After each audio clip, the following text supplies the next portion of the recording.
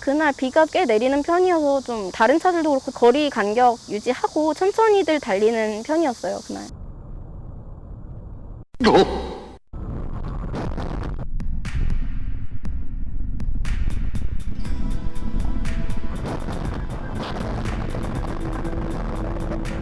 그 순간에는 그 운전자분하고 옆에 앉아 계신 분이 그냥 바로 정면으로 보였어요. 내가 왜 트럭 앞에 있지? 트럭이 왜 내 앞에 있지? 그래서 뭐지? 하는 순간에 이제 막 정신없이 사고가 났죠.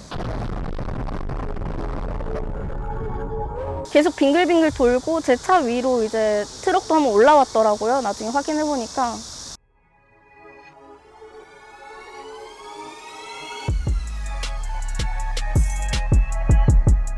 차는 완전히 다 부서져 있고 막 저쪽에 보니까 다른 차도 박아서 이렇게 서 있고 가해자 차량도 서 있고 그냥 고속도로가 전체적으로 다 멈춰 있는 상황이었어요.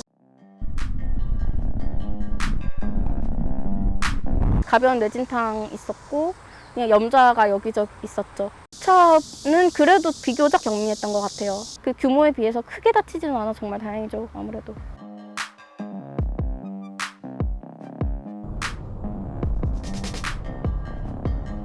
그쪽에서 미끄러졌더라고요. 5차선에서 달리고 있던 트럭이 네, 2차선까지 이렇게 미끄러져서 정면으로 추돌을 하게 된 거였어요.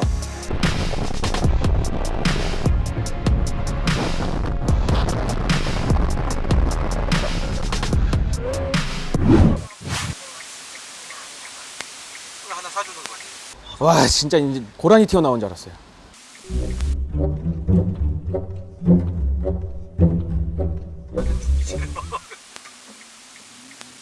오, 사고.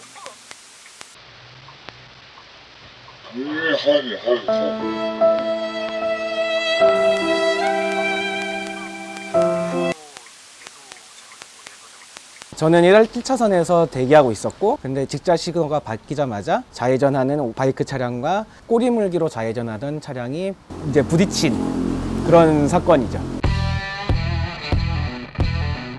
황색 신호에서 소렌토 운전자가 멈췄으면은 사고가 날 일이 없었고 오토바이 운전자가 좀 무리하지 않고 전후 좌우를 살폈으면은 안 나지 않았을까 이렇게 생각합니다.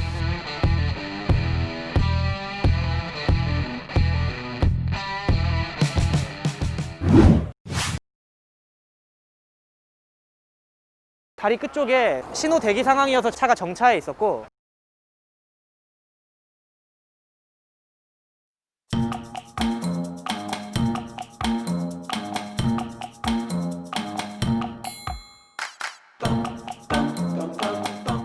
그 철골 구조물에 유리가 세워져 있는 그런 트럭이었는데 소리가 엄청 컸어요.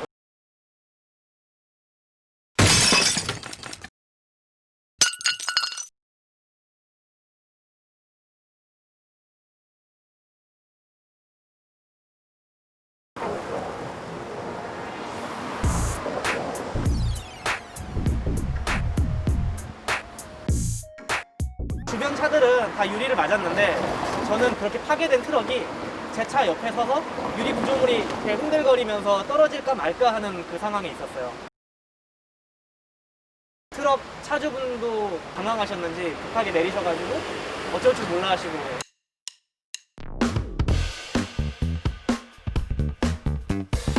제가 이 길로 출퇴근을 한 3, 4년째 하고 있는데 화물차들이 들어오면 안 되는 높이인데도 약간 빨리 가기 위해서 이 길을 오시는 분들이 계시거든요.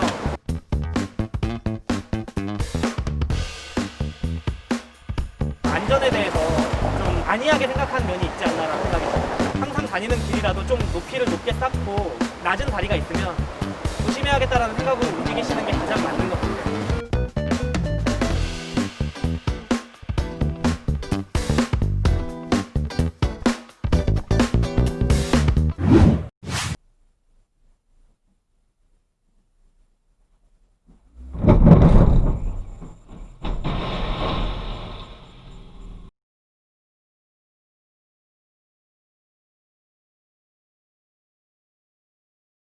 꽝 소리가 들리길래 부딪힌 소리였는데 설마 이제 차가 와가지고 부딪힐 거라고 생각도 못하고 설마 했는데 가서 보니까 기가 차죠.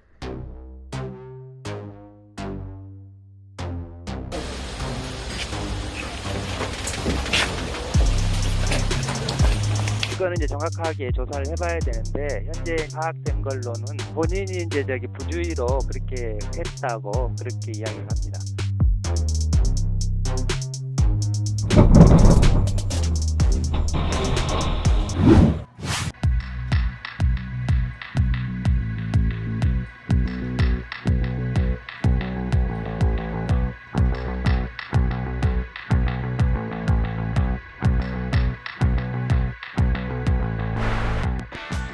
예, 광소리가 나가 보니까 차가 추락을 해가 있더라고요. 벽 위에 주차장이 있었는데 펜스를 뚫고 그래 밑으로 내려진 겁니다.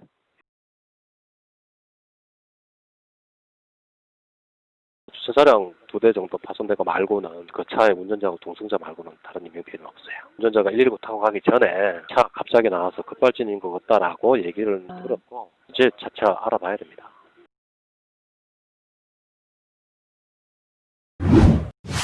이건 영화의 한 장면인가 게임인가 착각이 들 정도로 정신이 없었어요.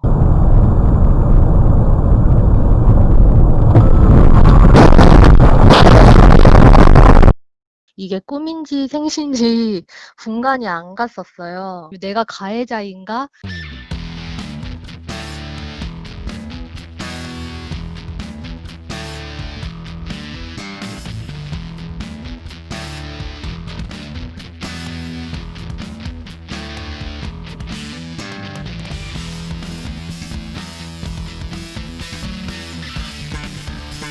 차선 변경만 하려고 했다라고 주장은 하고 있지만 이제 영상으로 보았을 때 누가 봐도 이제 분기점으로 무리하게 빠지려고 했던 시도로 보이기는 하죠.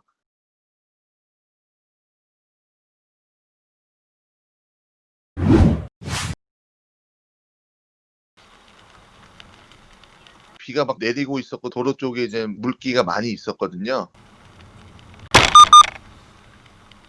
차를 세우고 보니까 얘는 휠이 굴절이 나 있고 이제 타이어가 찢어져 있었죠.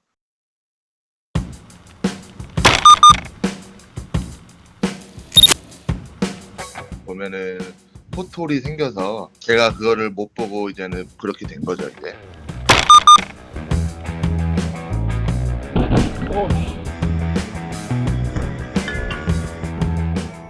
도로와 같은 공공을 위해서 사용하는 어떤 시설들은 국가에서 잘 관리를 해야 되는데 그걸 잘 못해서 포톨과 같은 사고가 발생을 하게 되면 국가가 배상 책임을 부담하게 됩니다. 주간에 그냥 포톨이 시야가 다 보임에도 불구하고 그걸 못 피해가지고 사고가 났다면 한 30% 내외의 감액이 되는 거고요.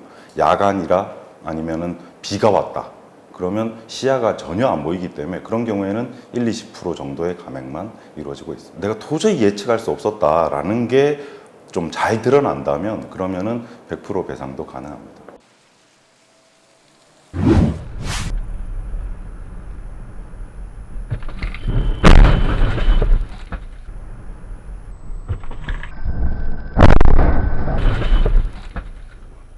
반대쪽에서 트럭이 교행을 하고 있어가지고 뒤늦게 발견을 했고 상대방은 본인이 선진입을 했다.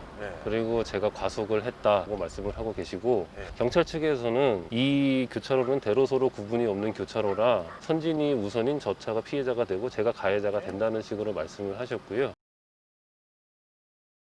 도로교통법상 보호받는 선진입은 교차로의 진입 순서만으로 판단하는 것이 아니라 명확하게 먼저 진입하고 통과할 수 있을 정도라야 합니다. 상대 차량이 이 정도 위치였다면 선진입으로 보호받겠지만 약간 먼저 진입한 것이라 도로교통법상 보호받는 선진입으로 판단되지 않습니다. 따라서 이번 사고는 교차로에 먼저 진입한 것만 가지고 가피해자를 판단해서는 안 됩니다. 대로소로 구별은 운전자가 육안으로 구별할 수 있을 정도면 대로로 인정하고 있습니다. 이번 사고 장소 상대 차량 쪽 소로, 제보자 쪽 대로라는 것은 누구라도 알 수 있습니다. 그렇기 때문에 상대 차량은 도로교통법 26조 2항에 따라서 대로 차량인 제보자가 교차로에 진입할 때는 양보해야 되는데 위반했고 진행 차량 때문에 서로 보이지 않는 부분도 있는데 보이지 않는 부분에 대한 주의의무는 소로 차량인 상대 차량에게 더 있습니다. 결국 이번 사고 과실 비율은 약간 먼저 진입했지만 소로 차량인 상대방 과실은 60%, 대로 차량인 제보자 과실 40%로 평가됩니다.